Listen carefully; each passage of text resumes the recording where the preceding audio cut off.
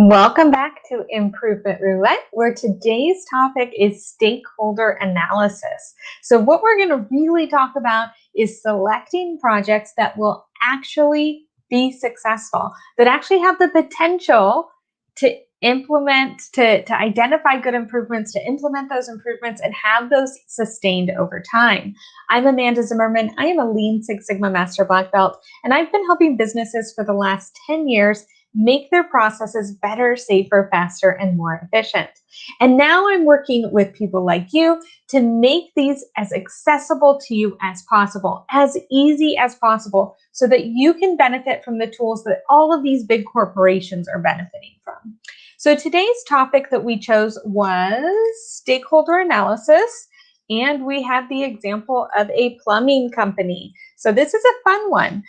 You wouldn't normally kind of think about these things, but most of my experience has been in maintenance and reliability. So when I think of plumbing and all of the challenges that might come with running a plumbing company, oh my gosh, there's so many ideas that I have for improvement. So today's example, I'm going to zoom in here a little bit so that you can see the questions that I have on our stakeholder analysis. Now, what we want to do, why we would do a stakeholder analysis is because we have maybe a project that we want to pursue, an improvement project. You might use this in project management as well. So let's say you have a project that you want to go after. In this case, we said we want to reduce the time that it takes from ordering materials to receiving them on site. And we said that the process that we were going to focus on was that material request, acquisition, and then distribution or delivery. So to do that project, before we get started, we might want to think a little bit about the people that are going to participate in this project. Most projects that you do, unless you are a solopreneur, are going to involve a team. If you want that project to be as successful as possible, you should always include a team. So with this in mind, is that team ready? Do they want to do this project? I don't know. Maybe your boss tells you to go out and do this project and you go, there's no way it's going to be successful. How do I communicate this? Now, this is what I've used this tool for several times, is to show my boss or my supervisor why a project is not going to be successful, so that we don't have to run and do it, so that we can get the engagement that we need before we get that project started. Now, let's think about this plumbing company, Rosa's Plumbing. She owns this plumbing company. It's been around for 30 years. She has a bunch of trucks that go out every day. She has her operations manager, Sam, that she handles all of the sending out and management of the day-to-day operations of the plumbers themselves. And then we have Eric, who's responsible for all of the material acquisition and delivery. Now, Sam has complained for months and months and months that they're not getting the materials that they need. They're not getting them fast enough, that it delays jobs, and that's the cause of a lot of problems. And so they said, hey, we need to do this project focused on materials. We must do this project. Okay, great. This happens a lot in organizations, that one person comes to you with a great project idea. Now, the thing is, when you talk to Eric and Eric's team, he's not as excited about the project. And he actually seems like he doesn't really want to do the project, that he doesn't think that it's necessary, that he doesn't understand why people are pointing the finger at his team. Now, how do you tell your boss, or how do you decide whether or not this is going to be impactful to your project? So what you can do is a stakeholder analysis. A stakeholder analysis is going to allow you to look at all the different people that might participate in your project and identify any gaps, any places where you might have issues, so that your project wouldn't be successful into the future. So let's look here at some of the questions that we would want to ask. So we want to ask about our stakeholders, how much is this process under their influence? So if a person has that process in their sphere of influence, they're going to be able to make sure that your project is successful or not successful, right? So if Eric's process entirely is about material delivery, acquisition, and purchasing, then he has a lot of influence over that process, which means that these next questions are going to be very important, because if he has a lot of influence over the process, but he's not ready or prepared or interested in the project probably is not going to go anywhere. You're going to start it, you're going to identify improvements, and you're never going to get those implemented or sustained. So how much do they support this project? Low. We think Eric's not going to support it very much at all. How much will this project impact that team? So maybe you have a team that's going to be impacted that may or may not have other reasons to participate. So operations is going to be really impacted by this process, but they might not necessarily know the challenges or problems with this process, right? Because that's under Eric's team, but they will be impacted. So we do want to keep them in the loop.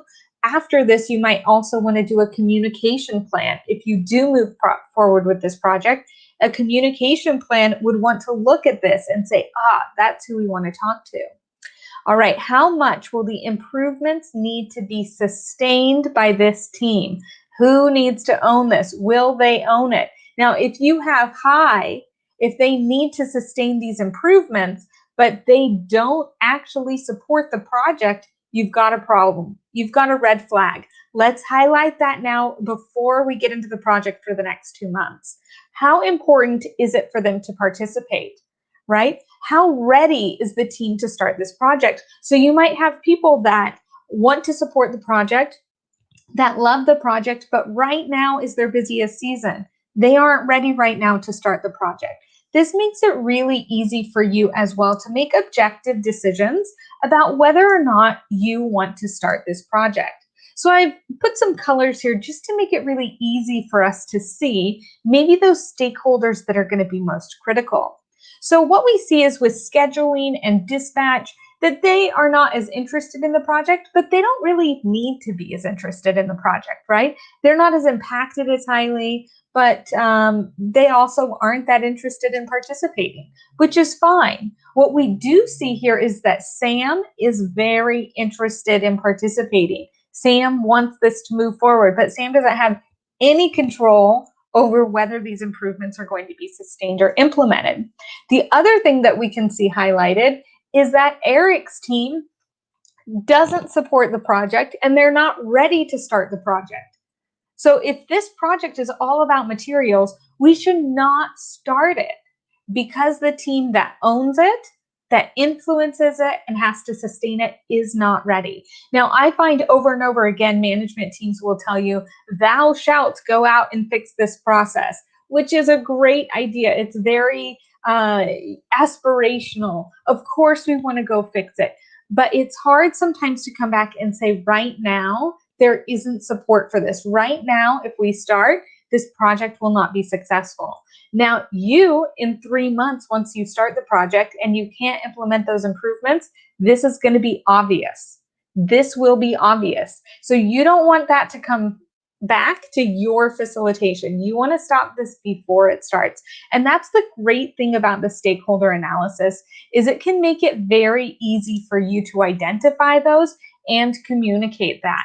So the more we can make things visual, the easier it is for us to communicate. We're able to communicate visuals 75% or process visuals 75% faster than words. So the more we can make this visual, the better. So that's our improvement roulette for today. If you want any of these free templates, the most popular ones that I have, I do put up under our free download. So I'll add that to this post. So if you're interested in accessing those, you can. Tomorrow we have a fun one. We have a cannabis shop. So in the US, cannabis is legal in many states, as it is in the state that I live. So let's think about the challenges of cannabis shops. So that's something that's a whole new industry that's cropped up. And we're going to talk about rolled throughput yield. So those are the two things that we are going to talk about in tomorrow's improvement roulette. We just have a few more days left here, and we do have some workshops that we've posted in our events tab. So if you want to take a look at those, we have some free workshops that you can enjoy for next month. So that'll be pretty exciting as well. Thank you again for joining us today in Improvement Roulette, and we will see you tomorrow. I hope that this lesson helps you improve a little bit each and every day so that you don't have to work so hard.